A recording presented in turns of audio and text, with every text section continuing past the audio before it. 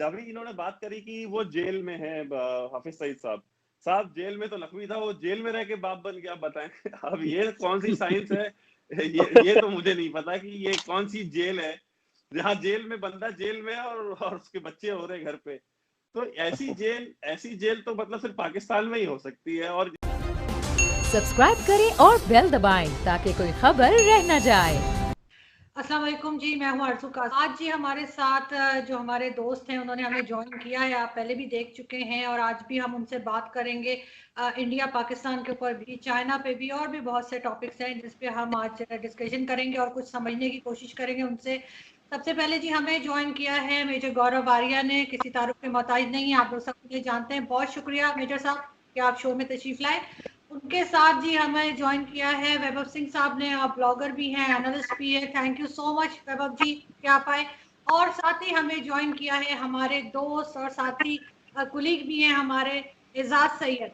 बहुत शुक्रिया एजाज कि आप आए हैं और आज हम देखते हैं कि ये तीनों मिलके क्या बात करते हैं। तो सबसे पहले मैं बस शुरू करती हूँ और फिर आप लोग आपस में जो है वो मुझे सिखाने की कोशिश किएगा कि क्या क्या हमें सीखने की जरूरत है और क्या चीज बेहतर हो रही है लेकिन हम उसे नेगेटिव वे में ले रहे हैं।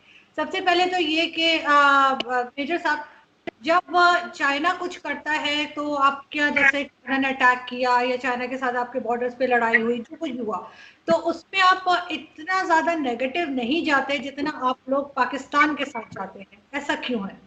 जी, चाइना के साथ हमारी 1967 के बाद चाइना का जो लाइन ऑफ एक्चुअल कंट्रोल है, इंडिया में 4 किस्म के बॉर्डर हैं। चाइना के साथ जो बॉर्डर है हम उसको लाइन ऑफ एक्चुअल कंट्रोल बोलते हैं। और 1967 के बाद आप लगा लीजिए तकरीबन 55 साल हो गए हैं आरजू, और 55 साल में एक भी गोली फायर नहीं हुई, single round of ammunition fire नहीं हुई, कोई जख्मी नहीं हुआ। हाँ, थोड़ा बहुत थप्पड़ लात घूसे ये चले हैं बॉर्डर पे, पर फौजें थप्पड़ लात घूसों में नहीं लड़ती हैं। आर्मीज डोंट फाइट लाइक दैट। तो कहीं ना कहीं चाइना में भी अंडरस्टैंडिंग है कि इस चीज को एस्केलेट नहीं होने देना। ये होता क्यों है ये भी जल्दी से बताता चलूं। जो लाइन ऑफ एक्चुअल कंट्रोल है उसको हम लोग अक्सर क्या होता है मेंटली जोड़ने की कोशिश करते हैं लाइन ऑफ कंट्रोल से, जो कि 750 किलोमीटर की है पाकिस्तान के साथ, Jammu and Kashmir union territory में जो पहले स्टेट था।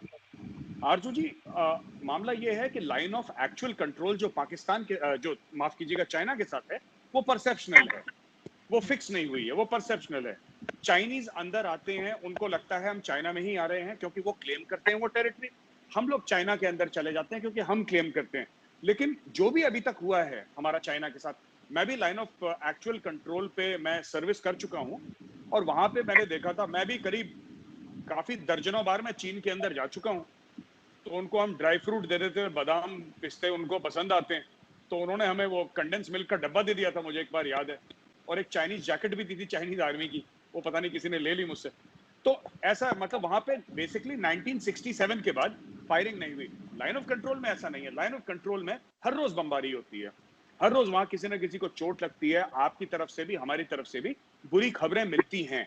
तो चाइना और पाकिस्तान का मामला बिल्कुल मुख्तलिफ है, बिल्कुल अलग है आज। जी बिल्कुल। एजाज क्या कहेंगे आपके, क्यों ऐसा है? पाकिस्तान और इंडिया में ऐसा क्यों नहीं हो सकता कि हम लोग गोलाबारी ना करें और अगर बहुत जरूरत है तो लाते घूंसों से ही काम चला लें? असल में मेरे ख्याल में मेजर साहब ने एक एस्पेक्ट दिया है। एक एस्पेक्ट उसका ये भी है कि जब 1947 में हिंदुस्तान तकसीम हुआ था, हिंदुस्तान का बंटवारा हुआ था, तो मेरे ख्याल में एक बहुत बड़ा फैक्शन ऐसा है, बड़े अदब से कहूँगा, हिंदुस्तान के अंदर भी जिसने पाकिस्तान को तस्लीम नहीं किया। आप देखिए, मैं नाम लेकर तो नहीं, मेरा मकसद नहीं, डिसरिस्पेक्ट नहीं होना चाहता मैं, लेकिन एक फैक्ट है कि जिस तरह हमारे यहाँ कुछ ऐसे लोग हैं, ऐसे एलिमेंट्स हैं जो कि बहुत ज़्यादा नेगेटिव हैं, एक्सट्रीमिस्ट हैं, उस तरह हिंदुस्तान के अंदर भी बहुत ज़्यादा ऐसे एलिमेंट्स हैं जो पाकिस्तान के हवाले से बहुत ज़्यादा एक्सट्रीमिस्ट हैं और वो पाकिस्तान को एक्सेप्ट नहीं करते। और मुझे याद है अच्छी तरह, जब आपको याद होगा कि 1998 में जुलाई में हिंदुस्तान के प्राइम मिनिस्टर आए थे यहाँ पर पाकिस्तान में, और लाहौर में उन्होंने मियां नवाज शरीफ के साथ यहाँ पर यादगार में दौरा किया था मीनार पाकिस्तान का। तो उस वक्त भी हिंदुस्तान के अंदर से बहुत सारे ऐसे एलिमेंट्स आए थे कि अभी आपने दौरा वो क्यों किया और क्यों आपने पाकिस्तान को एक तस्लीम करने की बात की। तो मैं ये नहीं कहूँगा कि सारा हिंदुस्तान गलत है, कुछ यहाँ पर भी ऐसे एलिमेंट्स हैं, कुछ वहाँ पर भी ऐसे एलिमेंट्स हैं, क्योंकि हम किसी ज़माने में इकट्ठे रहे हैं। हमारा और हिंदुस्तान में बसने वाले लोगों का जो रवाज है, जो सोसाइटी है, वो मिलती-जुलती सोसाइटी है। थिंकिंग पैटर्न मोहब्बत करने का भी एक जैसा है, नफ़रत करने का भी एक जैसा है।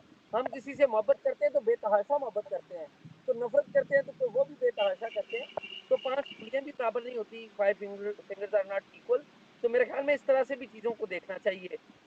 मैं एक लाइटर नोट में बात कर रहा हूँ, मेरा मकसद बिल्कुल ये नहीं है कि मैं किसी का दिल दुखाऊँ या कोई ऐसी बात करूँ, लेकिन एक फैक्चुअल बात कर रहा हूँ, जो मैं फ़ील करता हूँ ऑनेस्टली। बिल्कुल जी। जी वैभव जी। देखिए एजाज भाई मेरे बहुत मतलब काबिल एहतराम शख्स है, मैं इनकी बहुत इज्जत करता हूँ, उनके काम से मैं बहुत मुतासिर हूँ, एज अ जर्नलिस्ट भी एंड एज अ ऑथर भी, दोनों तौर पे। दूसरी चीज जो मैं कहना चाहूंगा कि देखिए आप मीनार पाकिस्तान वाजपेयी साहब गए और ये उन्होंने साबित किया वहां जाकर के कि हमने पाकिस्तान को तस्लीम कर लिया है। उनके वहां जाने का पर्पस जो था, जो डिप्लोमेटिक और पॉलिटिकल पर्पस था, मीनारे पाकिस्तान पे कोई वो मतलब छोले भटूरे खाने तो नहीं गए थे, और ना ही मीनारे पाकिस्तान में ऐसा कुछ है कि वो वहां जाकर के उन्होंने फोटो खिंचानी थी। It was just a signalling. उन्होंने बस एक सिग्नल देना था कि हाँ अगर इंडिया का प्राइम मिनिस्टर मीनारे पाकिस्तान जा रहा है तो उसका मतलब है कि he has accepted, India as a country has accepted the existence of Pakistan. तो ये पहली चीज। दूसरी चीज जो मैं कहना चाहूंगा कि जब वो वहां से आए तो पाकिस्तान में उसके बाद क्या हुआ इसके ऊपर डिस्कशन क्यों नहीं होता है कि उस मीनारे पाकिस्तान को पानी से धोया गया था उस, क्योंकि वहां पे एक सो कॉल्ड हिंदू जो इंडियन प्राइम मिनिस्टर था वो गया था, तो इसलिए वो नापाक हो गई थी जगह, तो उसको पानी से धोया गया। तो ये भी उसी तारीख का हिस्सा है। तो इंडिया ने जहां ये जेस्चर दिखाया था कि वो वहां पे गए और जाने के बाद उन्होंने ये बताया कि हाँ हमने एक्सेप्ट किया है पाकिस्तान का एग्जिस्टेंस, तो उसको वहां पानी से धो करके उस नफरत को भी जाहिर किया गया जो कि उधर से आई, सामने की तरफ से। अगर वाजपेयी साहब यहाँ से गए तो मुशर्रफ ने फिर कारगिल भी किया, और मुशर्रफ ने कारगिल करके ये दिखाया कि सामने से क्या इंटेंशन है। मोदी साहब जब इंडिया से जाते हैं नवाज शरीफ से मिलने के लिए उनकी पोती की शादी में, तो उसके बदले में क्या होता है, मतलब पठानकोट होता है, उरी होता है। तो जब भी इंडिया ने कोई भी जेस्चर दिखाया, आप हिस्ट्री उठा के देख लें, इंडिया ने जो भी जेस्चर दिखाए उसका जो रिटर्न आया है, उसका जो फ्लैशबैक आया है, वो हमेशा किसी न किसी टेररिस्ट अटैक या किसी न किसी डिमीनिंग एक्ट के थ्रू आया है। तो देखिए एक चीज है, और आप जब इंडिया में रेडिकल एलिमेंट्स को पाकिस्तान में रेडिकल एलिमेंट्स को जब आप कंपेयर करते हैं, तो मैं समझता हूँ आप तब नाइंसाफी करते हैं जब आप इनको आप एक तराजू पे तोलने की कोशिश करते हैं। आपके यहाँ पे जो रेडिकलाइजेशन है उसकी भेंट जो है पिछले 10 साल में करीब 50,000 के करीब लोग चढ़ चुके हैं, आपके अपने शहरी, मैं इंडियंस की तो बात भी नहीं कर रहा हूँ। और आपके रेडिकलाइजेशन की वजह से हमारे यहाँ भी टेररिस्ट अटैक होते हैं, हमारे यहाँ हम लोग इम्पैक्ट होते हैं डायरेक्टली। अगर यहाँ पे बनारस में, लखनऊ में, कानपुर में या बैंगलोर में अगर कोई हिंदुत्ववादी या कोई इस तरह के जो जो बहुत ज्यादा जो रेडिकलाइज नट केसेस हैं, अगर कुछ करते हैं तो उसका इम्पैक्ट आपके ऊपर नहीं जाता है, उसका इम्पैक्ट हमारे यहाँ लोकल शहर, जिला या स्टेट के लेवल तक ही महदूद होता है। तो मैं समझता हूँ कि ये कंपैरिजन हमें नहीं करना चाहिए। जी एजाज, जवाब देंगे आप? आपने कहा कि उड़ी हो गया और फिर कारगिल का भी जिक्र आपने किया। तो देखिए इस बात पे तो पाकिस्तान की हुकूमत बरतरफ हो गई। आपको पता है इस बात, पाकिस्तान में गैर जमहूरी दौर का आगाज हो गया, और पाकिस्तान में जो गैर जमहूरी दौर का आगाज हुआ था उसकी एक बहुत बड़ी वजह खुद कारगिल थी। और ये कंट्रोवर्सी आपको पता है कि जो प्राइम मिनिस्टर मियां नवाज शरीफ हैं और उनके दरमियान इस वाले से कंट्रोवर्सी थी कि कारगिल की इजाजत उन्होंने दी या नहीं दी। ये मैं इस पर मजीद बात नहीं करना चाहता, आप मेरी बात को मैं समझ रहा हूँ कि आप समझ पा रहे हैं, आप पढ़ते लिखने वाले लोग हैं। फिर जो बाद में वाजपेयी साहब और बाद में फिर मोदी साहब जब पाकिस्तान में आए, तो देखिए पाकिस्तान में बदकिस्मती ये है कि उस तरह से जमहूरियत मजबूत नहीं हुई, ना होने दी गई है। उसकी कुछ डोमेस्टिक वजूहात भी हैं, कुछ इंटरनेशनल वजूहात भी हैं। डिटेल में जाए बगैर, मैं आप मेरी बात समझ रहे हैं जो मैं कह रहा हूँ।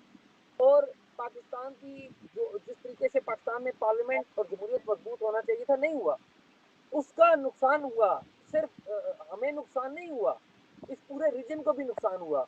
और मैं बड़े अदब से कहूँगा, आप मेरे साथ इस पैनल पे मौजूद हैं, मेरे दिल में आप लोगों का एहतराम है। मैं वही बात के मैं कोई तौहीन वाली बात नहीं कहूँगा कि पाकिस्तान में जब भी डेमोक्रेटिक प्रोसेस को डीरेल किया गया तो हमारी जो इर्द गिर्द की दुनिया है और इंटरनेशनल दुनिया है, उसने पाकिस्तान के अवाम का साथ नहीं दिया, उसने अनडेमोक्रेटिक फोर्सेस का साथ दिया।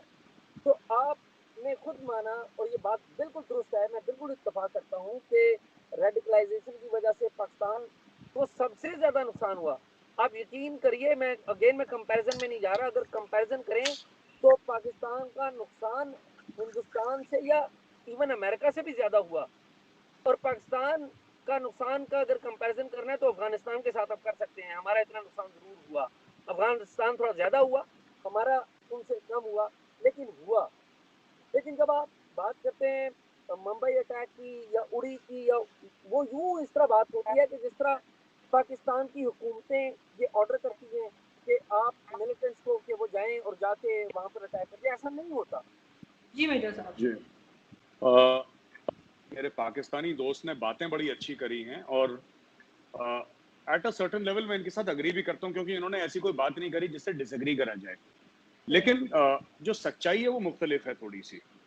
आप ये कहते हैं कि ऐसा नहीं है कि आपकी जो सरकार है, आपकी गवर्नमेंट है, वो 26/11 ऑर्डर करती है। वो कुछ लोग हैं पाकिस्तान में जो करते हैं, मैं आपको बताता हूँ। वजाद खान पाकिस्तानी जर्नलिस्ट हैं। वजाद खान ने अपने इंटरव्यू में परवेज मुशर्रफ से बोला, परवेज मुशर्रफ ने खुद बोला कि कश्मीर में लड़ने के लिए हमने तंजीमें बनाई। उन्होंने, परवेज मुशर्रफ जो आपके प्रेसिडेंट थे, आपके आर्मी चीफ थे, सरकारी थे, वो गवर्नमेंट ही थी पाकिस्तान की परवेज मुशर्रफ, क्योंकि इलेक्शन तो थे नहीं, 10 साल तक वही थे। उसके पहले समय जनरल जिया उल हक थे। तो इन सब की अगर आप खासतौर से in the line of fire पढ़ें या उनके इंटरव्यूज देखें, वो बड़े साफ तौर पे उन्होंने बोला है कि ओसामा बिन लादेन हमारा हीरो। उन्होंने बोला लश्कर तैयबा हमारा हीरो। तो वो लश्कर तैयबा, वो ओसामा बिन लादेन, जो कि यूनाइटेड नेशंस ने जिनको बोला है कि टेररिस्ट हैं, राइट। अब देखिए, मैं आपको बताता हूं, एज एन इंडियन हमें क्या लगता है। ऐसा है साहब कि हमें ऐसा लगता है कि हाफिज सईद को यूनाइटेड नेशंस ने टेररिस्ट उसको बोल दिया कि ये टेररिस्ट है। वही हाफिज सईद को यूनाइटेड नेशंस ने टेररिस्ट बताया, जिस यूनाइटेड नेशंस का आप कश्मीर के हवाले से बोलते हैं कि साहब ये 1947-48 की आप बात करते हैं यूनाइटेड नेशंस रेजोल्यूशन की। तो कहीं ना कहीं पाकिस्तान कुछ यूनाइटेड नेशंस की बातें मान लेता है और कुछ बातें नहीं मानता। अब मैं आपको बताता हूँ प्रॉब्लम कहां से आती है। मुझे आपको पता है ना हाफिज सईद अभी किधर है? आपको पता है इस बात का? अभी हाफिज सईद किधर है? जी, मैं आपको एक बात बता देता हूँ सर। नहीं, मैं छोटी सी एक बात, बुरा ना बनाइएगा। हाफिज सईद का जिक्र किया ना, देखिए हाफिज सईद इस वक्त जेल में, तो ऊपर एक उनके ऊपर हुकूमत पाकिस्तान ने, किसी और ने नहीं, हुकूमत पाकिस्तान ने उनको चार्ज किया है, उनको गिरफ्तार किया है और उनको जेल में भेज दिया है। आप की बातों को मैं इनकार नहीं कर रहा हूँ, मैं सिर्फ आपको ऐड कर रहा हूँ कि देखिए आप पाकिस्तान को बुरा कह रहे हैं, ये वही पाकिस्तान है कि जिसके आर्मी चीफ ने, जनरल मुशर्रफ ने वो बातें कही, जो उन्होंने गलतियां थी उन्होंने मानी। ये आप इस बात को भी इस तरह से भी देखिए। और फिर यही वही पाकिस्तान है जिसने हाफिज सईद को गिरफ्तार किया और हाफिज सईद को आप जेल के पीछे हैं। तो इसको पॉजिटिवली भी देखिए। जी, नहीं साहब, इसको हम पॉजिटिवली इसलिए नहीं देख सकते क्योंकि हाफिज सईद कई बार जेल जा चुका है, कई बार जेल से निकल चुका है, पहली चीज। नहीं, allow me to complete sir. मैं थोड़ा सा, अगर आप आरजू, ऐसे कैसे होगा? अगर प्लीज 1 मिनट में कंप्लीट कर लेंगे फिर आप बता दिएगा। इजाज 1 मिनट मेरे साथ एक आखिरी बात, मैं इंटरप्ट नहीं करूंगा, मैं माफी चाहता हूं। हाफिज सईद साहब प्लीज मेरा बात प्लीज। हाफिज सईद पहली दफा जेल में गए, मैं आपको बता देता हूँ, वो इससे पहले नजरबंद रहे, घर पे रहे, और वो नजरबंद किसी केस पे नहीं, हुकूमत उनको ऑर्डर कर देती थी नजरबंद ये पहली दफा हुआ है हाफिज साहब को जेल जाना पड़ा है और उनके ऊपर केस अदालत में प्रूव हुआ है। ये बात बड़ी इंपॉर्टेंट है, ये बात बड़ी इंपॉर्टेंट है। आप करिए बात। अब आपको इंटरप्ट नहीं करूंगा, प्लीज आप करिए। नहीं कोई बात नहीं साहब। देखिए, आप जिनको साहब बोल रहे हैं, हाफिज सईद को आप साहब, चलिए कोई बात नहीं, ठीक है। मैं सिर्फ आपको ये कहना चाहता हूं कि हाफिज सईद ने लश्कर तैयबा शुरू करी। Pakistani president former army chief Pervez Musharraf record पे है कि हाँ हमने शुरू करी, हाँ हमने तालिबान शुरू करी, हाँ हमने अलकायदा की मदद करी, हाँ उसामा बिन लादेन हमारा हीरो था। पहली चीज। अब उन्होंने बोल दिया, क्योंकि वो दुबई में बैठे बैठे उन्होंने वजाद खान को इंटरव्यू दिया था, दुबई में बैठे बैठे, इंडिया में तो बोला नहीं उन्होंने, ये तो दुबई में बोला। मैं सिर्फ ये बात कहना चाहता हूं कि जो हिंदुस्तान में जो वैभव ने बात करी, अगर इंडिया में कोई कुछ करता भी है, ठीक है, आप जिसको कहते हैं हमारे राइट विंगर्स या जो भी आप उसको नाम देना चाहते हैं, मैं नहीं बोलूंगा, आप जो भी नाम देना चाहते हैं, किसी ने ये नहीं बोला कि हम जाके पाकिस्तान में बम फाड़ के ना पाकिस्तानियों को मार देते हैं, ठीक है, आज तक किसी ने बोला नहीं। क्योंकि हमारी जो पॉलिटिक्स है, हमारी सोच है, वो इंटरनल है, एक्सटर्नल नहीं। दूसरी चीज, ये मैंने पिछले वीडियो में भी बोला था, ये सब आपके पाकिस्तानी पंजाबी हैं, चाहे आप हाफिज सईद को ले लीजिए, मौलाना मसूद अजहर को ले लीजिए, ठीक है। ये कश्मीर में आप कहते हैं ये जेल में है, चलिए आपने बोला साहब, मैंने आपकी बात मान ली, ये जेल में है, पर इनके भेजे हुए लड़के तो कश्मीर में हैं। इन्होंने फिर वहां पे दहशतगर्दी करनी है। और मैं आपको बताता हूं, ठीक है, कि इतनी ज्यादा प्रॉब्लम हो गई है, और इससे क्या हुआ है कि जो हमारी प्रॉब्लम है वो तो है, और आप दो पाकिस्तानी यहां पे बैठे हैं, मैं आपको बताता हूं, आप लोग मानेंगे मेरी बात, पाकिस्तान की जो रेपुटेशन डैमेज हुई है इसकी वजह से, वो इररिपेरेबल डैमेज है। आज की तारीख में अगर अमेरिका आपसे बात कर रहा है, वो इसलिए नहीं कर रहा कि आप अमेरिका को कोई टेक्नोलॉजी एक्सपोर्ट कर रहे हैं, आप कोई बहुत बढ़िया चीज अमेरिका को दे रहे हैं, वो अमेरिका की मजबूरी है, क्योंकि पाकिस्तान से उसको पोर्ट बिन कासिम से लेकर तोरखम गेट का रास्ता मिलता है जाने का। जियो स्ट्रेटेजिक लोकेशन है पाकिस्तान का, जो अमेरिका की और बाकी फोर्सेस की मजबूरी है। पाकिस्तान एक न्यूक्लियर वेपन स्टेट है, जो कि गोरों को लगता है, और काफी हद तक मैं भी इसमें वो हूं कि मैं भी मानता हूं ये चीज कि अनस्टेबल है। अनस्टेबल क्यों कह रहा हूं मैं आपको? मुशर्रफ साहब के ऊपर जो अटैक हुआ था, परवेज मुशर्रफ के ऊपर जो अटैक हुआ था, वो पाकिस्तानी आर्म्ड फोर्सेस के लोगों ने करा था, अपने ही चीफ के ऊपर अटैक करा था, असैसिनेशन का। ये परवेज मुशर्रफ ने खुद बोला है अपने इंटरव्यू में, मैं उन्हीं को कोट कर रहा हूं। He said that my own people tried to kill me, not once but twice. 3 attempt हुए थे, 2 तो फौजियों ने ही करे थे। तो मेरा ये कहने का मतलब है कि अगर फौज में आपका इस लेवल का रेडिकलाइजेशन है, तो हमें क्या पता कि जो न्यूक्लियर वेपन्स एसेट्स को गार्ड कर रहे हैं, वो भी रेडिकल इस्लामिस्ट ना हो, जो तालिबान और अलकायदा की सोच रखते हो। जरूरी नहीं है वो काला मुंह पे मास्क पहन के कुछ करें। आखिरी बात जो मैं कहना चाहता हूं सर, कि जो पूरा पाकिस्तानी स्टेट कर रहा है, मुझे ऐसी कोई नफरत नहीं है, और पाकिस्तान में एक गलतफहमी भी है काफी, मेरे बारे में काफी मीडिया ने भी कवर करा है, काफी चैनल्स यूट्यूब, मुझे पाकिस्तान के ही दोस्त मुझे भेजते रहते हैं कि ये कह रहे हैं गौरव आर्य ने। देखिए, मैंने जब भी बोला है, मैं आपको बता देता हूं, मैंने कभी पाकिस्तानी सिविलियंस या नॉन कॉम्बैटेंट्स के लिए नहीं बोला। मैं जिनको जानता ही नहीं उनसे मैं नफरत कैसे कर सकता हूं? मैं तो जानता नहीं, मैं कभी पाकिस्तान नहीं गया, मतलब ऑफिशियली कभी नहीं गया पाकिस्तान, तो मैं कैसे नफरत कर सकता हूं जनाब? आप सोचे ना कि मैं आपको अगर जानता नहीं तो कैसे हो सकता है? लेकिन ये बात सही है कि जो पाकिस्तानी फौज है, जो पाकिस्तानी ISI है, लोग कहते हैं मुझसे कि मेजर साहब, मुझे ऐसा पाकिस्तानी कहते हैं कि आपने सोशल मीडिया पे आप बड़ा जहर उगलते हैं, ये करते हैं। मैंने बोला शुरुआत किसने करी? मैंने बोला आप बंद कर दो, मैं बंद कर दूंगा। आप मेरे ट्वीट्स देखें, 5 अगस्त 2019 के पहले के ट्वीट्स देखें, और आप उसके, मैं आपको डेट बता रहा हूं, 5 अगस्त, जिस दिन 370 और 35 से कश्मीर से रिवोक करा था इंडियन पार्लियामेंट ने, उसके पहले के ट्वीट्स देखें और उसके बाद के ट्वीट्स देखें। अचानक 24 घंटे के अंदर आपको जमीन आसमान का फर्क दिखेगा। क्यों? क्योंकि आपके आसिफ गफूर साहब ने शुरुआत कर दी। हमें यह दुख हुआ कि हमारी गवर्नमेंट ने, क्योंकि हमारा जो ADGPI है, जो इंडियन आर्मी का जो पब्लिक इंफॉर्मेशन का सेल है, आप उनके ट्वीट्स देखें, उन्होंने कोई काउंटर नहीं करा। यही मेरी वैभव से बात हो रही थी, और हमने बोला कि अगर हमारी सरकार नहीं करती तो हम लोग तो जिंदा है ना, हम करेंगे, तो हमने शुरू कर दिया। अब लोगों ने बोला कि नहीं, पहले ये लोग ये बोलते थे कि ये तो कुछ नहीं बोलते, इनके मुंह में जबान नहीं है, इनको कुछ आता नहीं करना। फिर जब हमने करना शुरू करा तो बोला मेजर लात बहुत मारता है ये। ये बात बहुत करता है मेजर इंडिया का। तो देखिए ये सब बातें हैं ना, मैं आपसे सिर्फ ये कह रहा हूं कि दहशतगर्दी पाकिस्तान से आती है हिंदुस्तान में, ये बात सच है। हाँ, कश्मीर में लोकल कश्मीरी भी हैं जो इसमें मुलव्विस हैं, ये कोई डिनाई नहीं कर सकता। आदिल अहमद डर जो सुसाइड बॉम्बर था पुलवामा का, वो लोकल कश्मीरी था, मैं आपको बता रहा हूं। तो ये कहना कि सारे के सारे पाकिस्तान से आते हैं, ऐसी बात नहीं है। लेकिन 1989 के पहले जो कट ऑफ ईयर हम मानते हैं 1989, उसके पहले कश्मीर में फिल्मों की शूटिंग होती थी, टीवी सीरियल्स की शूटिंग होती थी। तो आप एक बात बताइए, लश्कर तैयबा का हेडक्वार्टर कायमुरीद के में, जैश मोहम्मद बहावलपुर में, उनका मेन लाहौर में, दोनों के घर हैं, वो बात अलग है। लेकिन ये तंजीमें हैं आपकी। आपने जब जेल में डाला, आप कहते हैं आपने हाफिज सईद को जेल में डाला, आपने किस लिए जेल में डाला? कि इंडिया के खिलाफ टेररिज्म कर रहा है, कि आपने उस चार्ज पे जेल में डाला? अगर आपने उस चार्ज में जेल में डाला है, बाय द वे, अगर हाफिज सईद को कि तुमने हिंदुस्तान में टेररिज्म करी है, इसका मतलब पाकिस्तान मानता है कि उसका एक शहरी है जो कि इंडिया में टेररिज्म कर रहा है।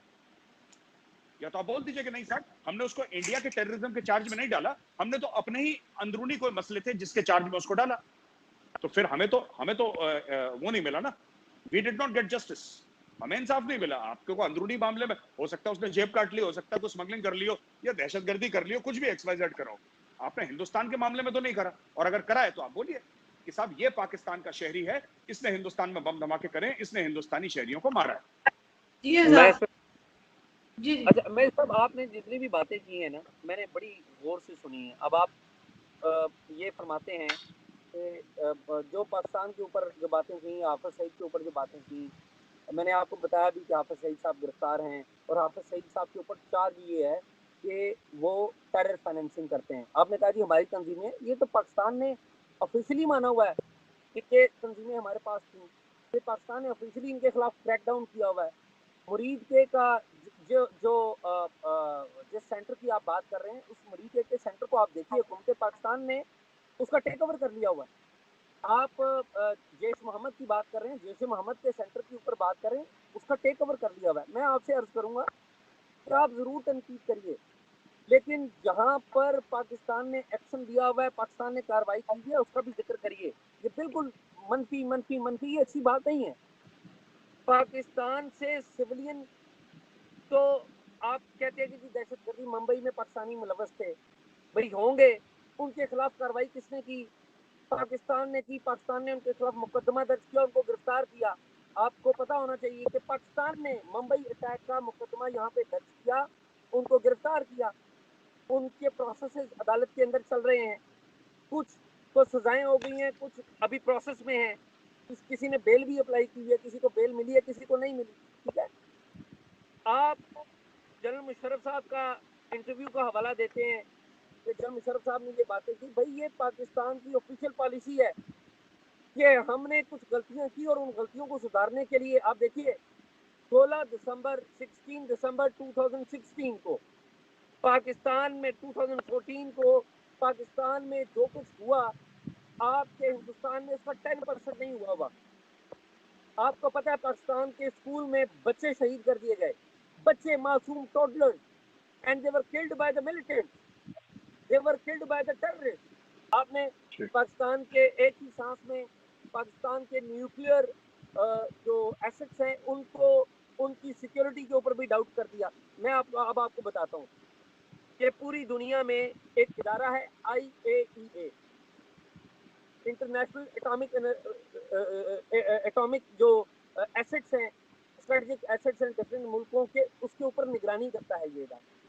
और इस इदारे के इंस्पेक्टर्स दुनिया के हर उस मुल्क में जाते हैं जहां पर न्यूक्लियर आर्म्स मौजूद होते हैं।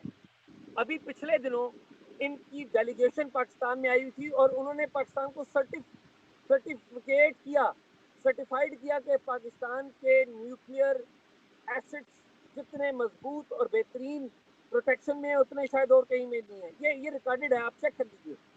अब आपने जो बात करी न्यूक्लियर एसेट की, कि आपने बोला कि साहब बाहर की एजेंसी आई थी और उसने न्यूक्लियर एसेट्स को पाकिस्तान के बोला था कि बिल्कुल सेफ है। जरूर कहा होगा, जरूर आई होगी, लेकिन मेरा सवाल यह है कि डॉक्टर AQ खान कौन है? आपने डॉक्टर AQ खान को हाउस अरेस्ट में क्यों रखा है? क्योंकि पाकिस्तान से प्रोलिफरेशन हुआ था। नॉर्थ कोरिया को पाकिस्तान ने टेक्नोलॉजी बेची थी और मटेरियल बेचा था, इसीलिए मुशर्रफ ने जेल में डाला। आज की तारीख में वो बंदा हाउस अरेस्ट में है। उसका पिछले महीने ही बयान आया था AQ खान का कि मेरे ऊपर ये कर रखा है। तो देखिए, आज की तारीख में आपने फॉरेन एजेंसी के लिए ठीक कर दिया कि वो लोग आ रहे हैं इंस्पेक्शन के लिए, गेरू चुना जिसको हम फौज में कहते हैं, उताई करके फिट कर दिया उसको। सच्ची बात यह है कि AQ खान है कौन, आप दुनिया को बताएं। 2 अब्दुल मिले थे, उसका भी नाम अब्दुल है ना, AQ खान का अब्दुल समथिंग खान, अब्दुल कदीर खान। दो अब्दुल मिले थे, एक हिंदुस्तान को मिला था, एक पाकिस्तान को मिला था। हमारा जो अब्दुल कलाम था, हमने उसको सर पे बैठाया, देश का राष्ट्रपति बनाया और उसको इतनी इज्जत दी। वो भी हमारे न्यूक्लियर साइंटिस्ट थे, हमारे प्रेसिडेंट थे। और आज की तारीख में सिर्फ इंडियन आर्मी, नेवी और एयरफोर्स नहीं, हिंदुस्तान का एक शहरी डॉक्टर कलाम को सैल्यूट करता है। सिर्फ इसलिए नहीं कि उन्होंने न्यूक्लियर वेपन्स के टेस्ट करे, उनसे पहले भी 74 में न्यूक्लियर वेपन्स का टेस्ट हो चुका था जब इंदिरा गांधी थी प्राइम मिनिस्टर। लेकिन उन्होंने हमें मिसाइल टेक्नोलॉजी में सक्षम बनाया। नेशन रिस्पेक्ट्स AQ खान, वो हीरो है हमारा। और जिसने आपके लिए मिसाइल बनाई, आपने उसको जेल में डाल दिया क्योंकि उसने न्यूक्लियर प्रोलिफरेशन करा था। वैभव, अब आप बोलिए, मैंने बोल दिया जो मैंने बोलना था। पॉइंट लूं, फिर एजाज आपकी तरफ आऊंगी। जी वैभव। जब भी इन्होंने बात करी कि वो जेल में है, हाफिज सईद साहब जेल में तो लखवी था, वो जेल में रह के बाप बन गया, बताएं। अब ये कौन सी साइंस है, ये तो मुझे नहीं पता कि ये कौन सी जेल है जहाँ जेल में बंदा जेल में है और उसके बच्चे हो रहे घर पे। तो ऐसी जेल तो मतलब सिर्फ पाकिस्तान में ही हो सकती है, और जिस जेल पे आपको इतना फख्र हो। मैं ऐड करूंगा, आप हिंदुस्तान में भी ऐसी जेलें मुतारफ करवाएं कि अपने कैदी को आप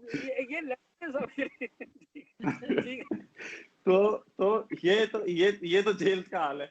और तीसरी चीज ये है कि देखिए, मुझे कोई ऑब्जेक्शन नहीं है पाकिस्तान में क्या हो रहा है क्या नहीं हो रहा है। प्रॉब्लम ये होती है कि जब इंडिया में रेडिकलाइजेशन, जैसा मैंने पहले पॉइंट उठाया था कि इंडिया में रेडिकलाइजेशन इंडिया के अंदर लिमिटेड है, महदूद है, उसकी एक हद है, वो उसके बाहर नहीं एक्सपैंड करता है, ठीक है। लेकिन आपके यहाँ पे जो रेडिकलाइजेशन है वो पूरे खित्ते को डिस्टर्ब करता है, डिस्टेबलाइज करता है।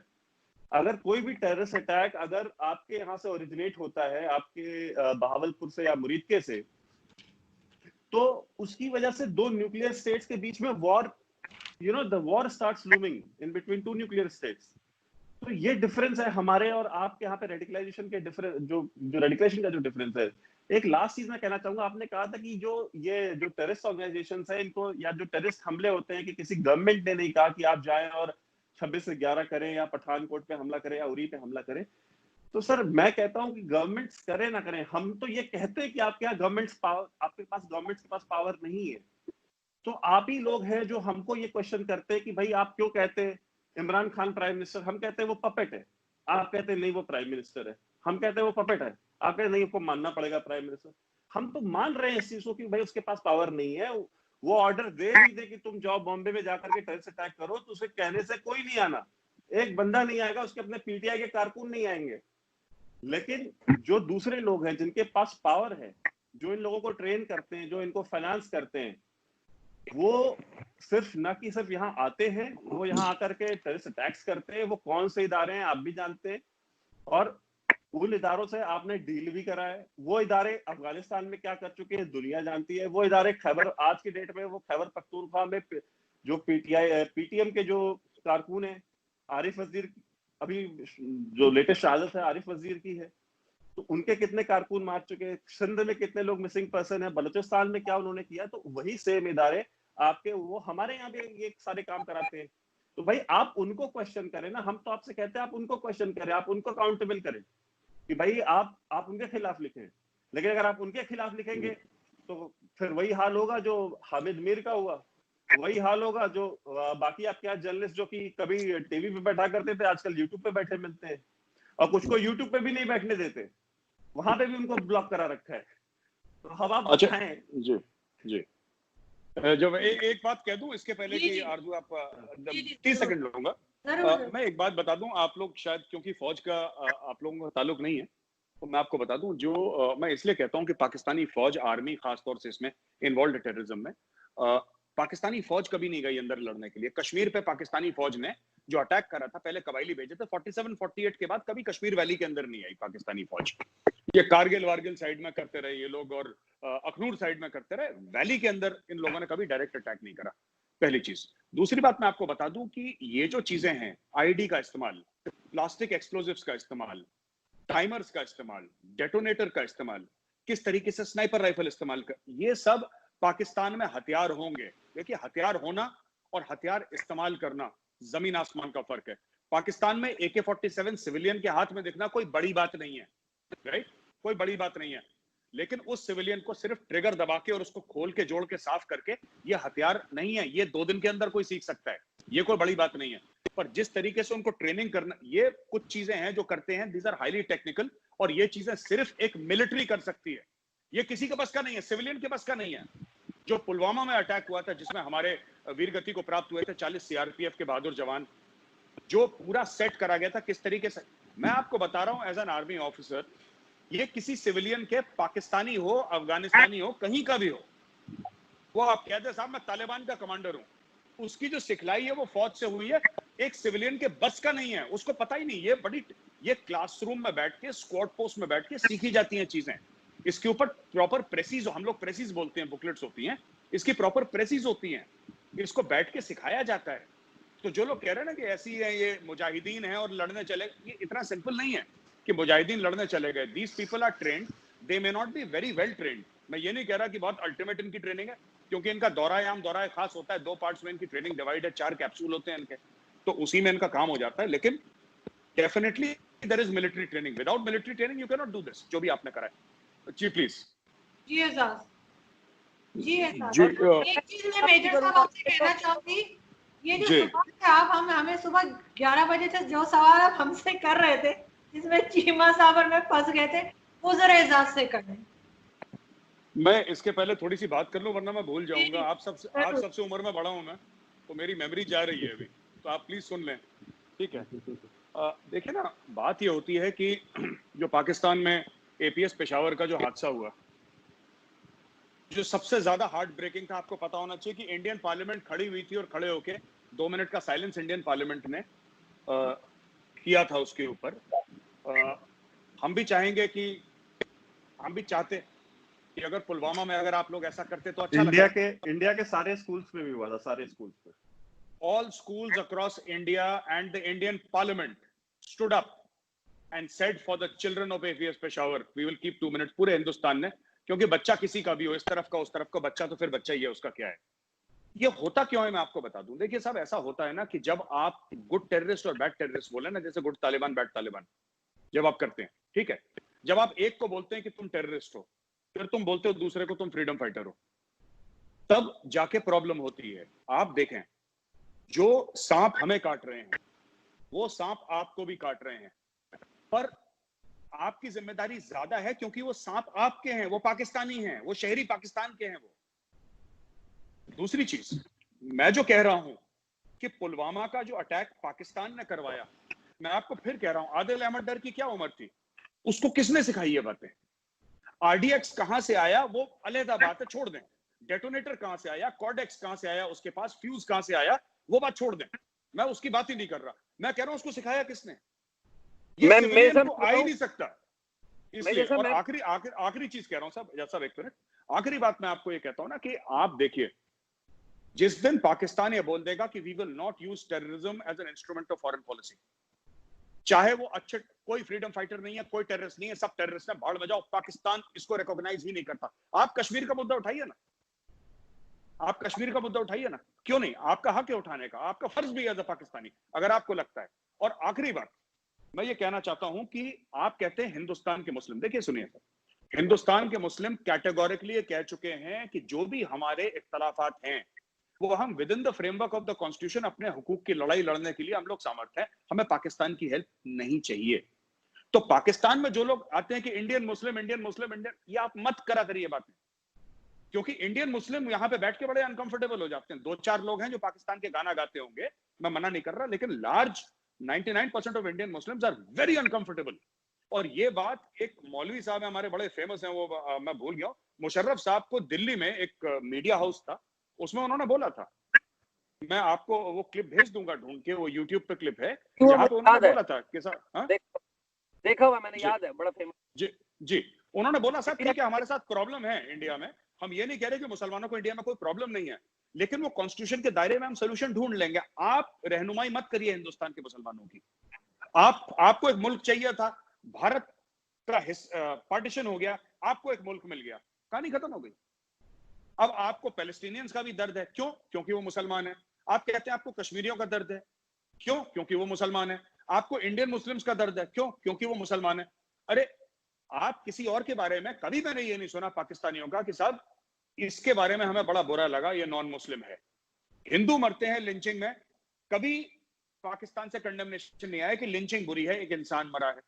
आप लोग बात करते हैं मुस्लिम मुस्लिम मुस्लिम मुस्लिम मुस्लिम 24/7 मुस्लिम की बात करते हैं, फिर आप हमें गुनहगार बताते हैं कि तुम लोग इस्लामोफोबिया करते हो। भाई फर्क किसने करा हिंदू मुसलमान में, या हिंदू सिख सॉरी मुसलमान और यहूदियों में, या मुसलमान और क्रिश्चियन में? हर जगह तो आप लोग कहते हैं अच्छा मुसलमान क्या होता है। आपने कभी सुना किसी हिंदू को बोलते हुए कि अच्छा हिंदू क्या होता है? या फिर यूसी आपने जो प्रोजेक्शन करा ना इस वर्ड का, मुस्लिम का, इतनी बार कर दिया कि लोगों को लगने लगा कि ये अलग हैं। आप ये लोग ये बात ही मत करें। आप पैलेस्टीन का मसला है, पैलेस्टीनियन संभाल लेंगे। और अगर आप पैलेस्टीन के लिए बोलते हैं, अगर आप पैलेस्टीन के लिए बोलते हैं, आपका हक है बोलने का और आपका फर्ज भी है, आप कश्मीर के बारे में बोलिए। लेकिन आप चीन में जो 15 लाख मुसलमानों को चीन में जेल में डाला है, उसके बारे में इमरान खान कहते हैं साहब हमें पता ही नहीं इनके बारे में, ये आज मरते हैं कल मरते हैं, आज मरे अभी मर जाए उसकी तरफ से, उसको कोई फर्क नहीं पड़ता। वो तो अमेरिका है, अमेरिका है जो अमेरिका ने अभी लेजिस्लेशन पास करा है कि वीगर मुसलमान है चाइना में, उनके साथ क्या हो रहा है, चाइना जवाब दे। पाकिस्तान ने तो कोई लेजिस्लेशन पास नहीं करा। तो पाकिस्तान को, हमें ऐसा लगता है और हमारा ऐसा मानना है कि जहां पे पाकिस्तान को फायदा होता है, जहां पे पाकिस्तान की इंटरनेशनल स्टैंडिंग बढ़ती है, या फिर कश्मीर का मामला जो एक बड़ा इमोशनल मामला है पाकिस्तान में, मुस्लिम्स का, इस्लाम का, उम्मा का, वहां पे आप लोग उम्मा का हवाला देते हैं। वहां पे इमामों को नचवाया जा रहा है, शराब पिलाई जा रही है, सुअर का गोश्त खिलाया जा रहा है, पाकिस्तान से चूं नहीं निकलती। ये गलत बात है ना, ये तो मुनाफकत है। आप लीजिए कश्मीर का नाम ना, आपको किसने मना करा? आप बोलिए कश्मीर में जुल्म कर रही है इंडिया, अगर आपको बोलना है आप बोलिए, लेकिन आप ये भी तो कहिए कि चाइना जुल्म कर रही है, और आप सच्ची बात बताइए, फिर आप सच बोलने की ताकत रखिए ना। जी एजाज, आप जो नहीं सुन सके मैं बताती हूँ एक दो चीजें। मेजर साहब ने कहा कि हम चाइनीज मुस्लिम्स के लिए क्यों नहीं आवाज उठाते, यही कहा ना सर आपने, कि हम चाइनीज मुस्लिम के लिए क्यों नहीं बोलते।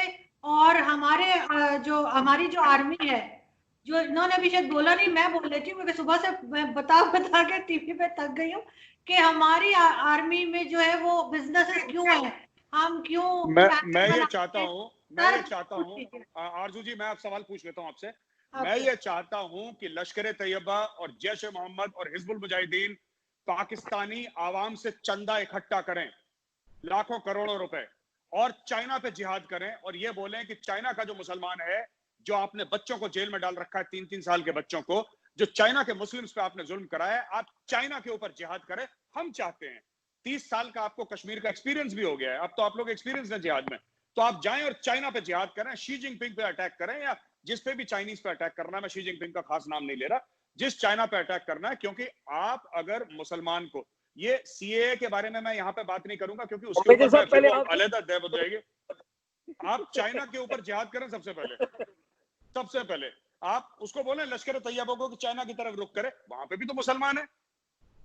आपको सिर्फ कश्मीर दिखता है, पैलेस्टीन दिखता है, चीन नहीं दिखता, आपको क्यों नहीं दिखता? साहब बात यह है कि आपने वो जो बात अमेरिका वाली की ना कि अमेरिका चाइना का मामला उठाता है, आप वाकई ये समझते हैं कि अमेरिका चाइनीज मुसलमान के बारे में वाकई बड़ा दर्द रखता है? आप वाकई ऑनेस्टली समझते? नहीं, दर्द रखे ना रखे, दर्द रखे ना रखे, दर्द रखे ना रखे, अमेरिका काफिर, हिंदुस्तान काफिर, आप तो मोमिन हैं, आप क्यों नहीं दर्द रखते ये बताइए। अमेरिका को मारी गोली ना। मेजर साहब, मैं on a lighter note major साहब, पहले हम इंडिया से तो फ्री हो जाएं, बाकी बात में देख लेंगे, ठीक है? ठीक है साहब, ठीक है, बिल्कुल। सर